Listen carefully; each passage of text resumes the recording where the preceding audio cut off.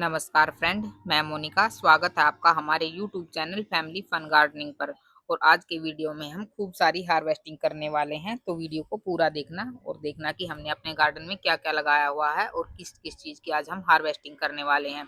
तो स्टार्ट करते हैं। सबसे पहले हार्वेस्टिंग हम मूली की करेंगे। ये देखिए, सबसे पहले मैंने यहाँ पर एक मूली हार्वेस्ट कर ली है। अब मैं और दूसरी भी मूली कुछ यहाँ पर हार्वेस्ट करने जा रही हूँ। मूली को आप अक्टूबर, नवंबर, दिसंबर किसी भी महीने में लगा सकते हैं अपने गार्डन में। आप इसको गमले में भी लगा सकते हैं, ग्रो बैग में भी ये आसानी से ग्रो हो जाती है।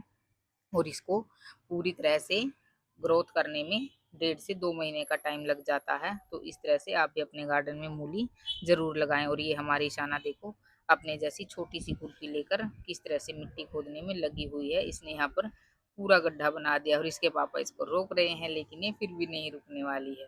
अब मैं यहाँ पर कुछ और भी मूलियों की हार्वेस्टिंग करने वाली हूँ। ये देखिए, हमारे गार्डन में इस टाइम पर बहुत सारी मूलियाँ हार्वेस्टिंग के लिए रेडी हो रखी हैं। ये देखिए, एक एक करके मैं यहाँ से काफ़ी सारी मूलियों की हार्वेस्टिंग करूँगी।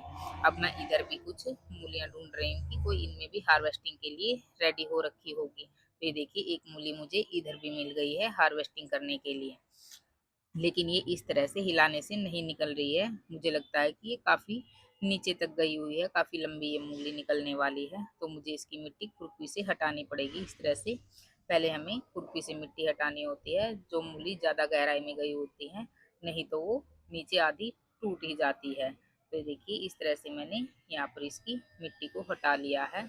अब मैं इसको निकालने की कोशिश करती हूँ, लेकिन ये फिर भी नहीं निकल रही है। तो दोबारा से मैंने इसकी कुछ और मिट्टी भी हटाई है। अब देखिए, अब जाकर ये निकली है, क्योंकि ये नीचे काफ़ी अंदर गहराई तक गई हुई थी, इसीलिए ये आराम से नहीं निकल पा रही थी।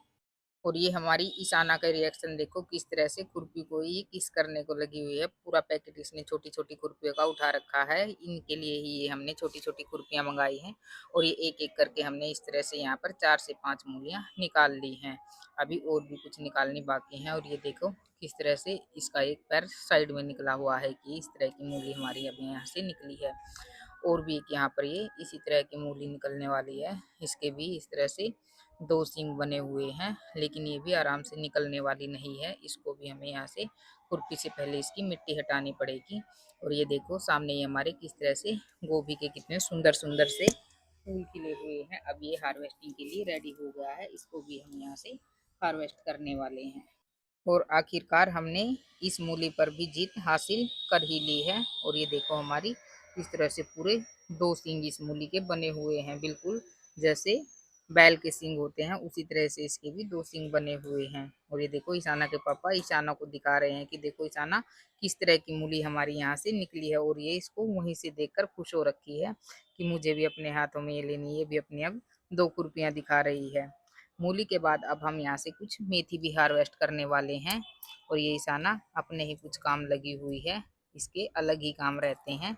अब इसने वो पंजे वाली खुरपी उठा ली है, उससे मिट्टी खोदने में लगी है। और यहाँ पर मैं अपनी मेथी हार्वेस्ट कर रही हूँ। ये देखो, कितनी ग्रीन ग्रीन बड़े बड़े पत्तों वाली हमारी ये मेथी है, बिल्कुल देसी।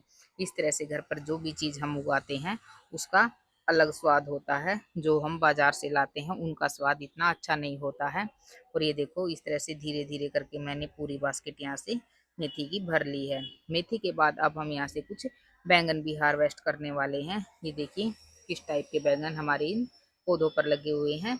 हमारे गार्डन में 3 से 4 वैरायटी के बैंगन लगे हुए हैं। तो सबसे पहला बैंगन आज मैंने यहाँ से ये इस टाइप का हार्वेस्ट किया है। अब ये देखो, दूसरा बैंगन यहाँ पर लगा हुआ है, बिल्कुल घने पत्तों में ये छिपे हुए हैं। ढूंढ ढूंढ कर हमें इनको निकालना पड़ रहा है। और ये देखो, कुछ अंडाकार शेप का ये बैंगन हमें मिला है। और एक और यहाँ पर इसी टाइप का बैंगन लगा हुआ है। तो इस साइड से आज हमें कुल मिलाकर 4 बैंगन हार्वेस्ट करने को मिले हैं। ये यहाँ पर हमारे 2 पौधे थे, 2 पौधों से मैंने यहाँ पर 4 बैंगन हार्वेस्ट किए हैं।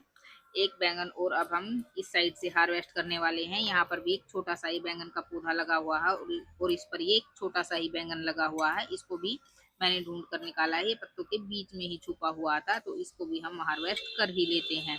और इसका शेप मैं आपको दिखाती हूँ, बिल्कुल ये बोल की तरह राउंड शेप का इसका शेप है। तो हम इसको अपनी बास्केट में रख देते हैं। और एक बैंगन ये ईशाना के पापा ने भी हार्वेस्ट किया है, लौंग वाला।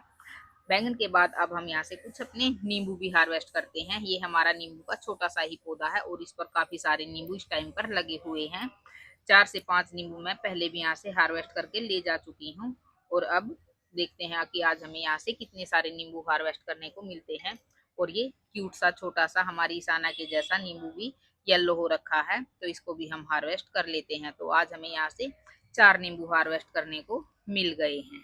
नींबू के बाद अब हम फिर से अपने बैंगन हार्वेस्ट करने में लग गए हैं। ये हमारे बैंगन के सबसे पुराने पौधे हैं। सबसे पहले मैंने इन्हीं बैंगन के पौधे अपने गार्डन में लगाए थे और इन पर देखो आप कितने बड़े बड़े बैंगन आज हमें हार्वेस्ट करने को मिल रहे हैं।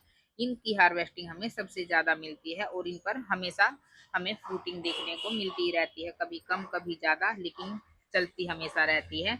और देखो कितने बड़े बड़े इस टाइम पर यहाँ पर बैगन हो रखे हैं। मैंने इस एक पौधे से 3 बैंगन हार्वेस्ट किए हैं। ये देखो मैं आपको दिखाती हूँ कितने बड़े बड़े ये बैगन हो रखे हैं। बैगन का पौधा आप किसी भी मौसम में अपने गार्डन में ग्रो कर सकते हैं। ये गमले में, ग्रो बैग में आसानी से ग्रो हो जाता है। इसकी पौध लगाई जाती है। पहले आप घर पर इसकी पौध तैयार करें या आप किसी नर्सरी से लाकर भी इसकी पौध लगा सकते हैं। तो आपको इस तरह से काफी सारे बैंगन हार्वेस्ट करने को मिलने लग जाएंगे 2 से 3 महीने के बाद ही।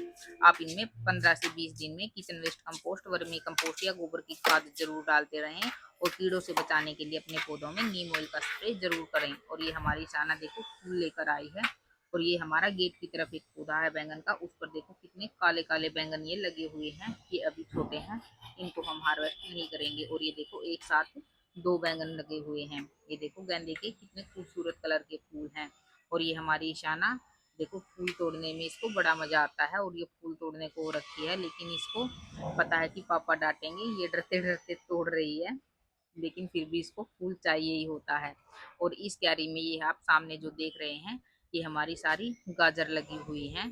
ये देखो कितने अच्छे से हमारी गाजर भी इस टाइम पर ग्रोथ कर रही हैं। इनको हम फरवरी में यहाँ से निकाल लेंगे। और ये अब हम पालक भी यहाँ से हार्वेस्ट करने वाले हैं। इस सीजन में हमारी पालक कुछ ज्यादा अच्छे से ग्रोथ नहीं कर पाई है, पता नहीं क्या चक्कर रहा। मैंने 2 बार यहाँ पर पालक उगाई। पहली बार में तो हमारी पालक उगी ही नहीं थी, दूसरी बार में ये उग तो गई है लेकिन इसकी ग्रोथ नहीं हो रखी है। तो जो भी बड़े बड़े कहीं कहीं पत्ते हो रखे हैं, आज हम उन्हीं को यहाँ से हार्वेस्ट कर लेंगे।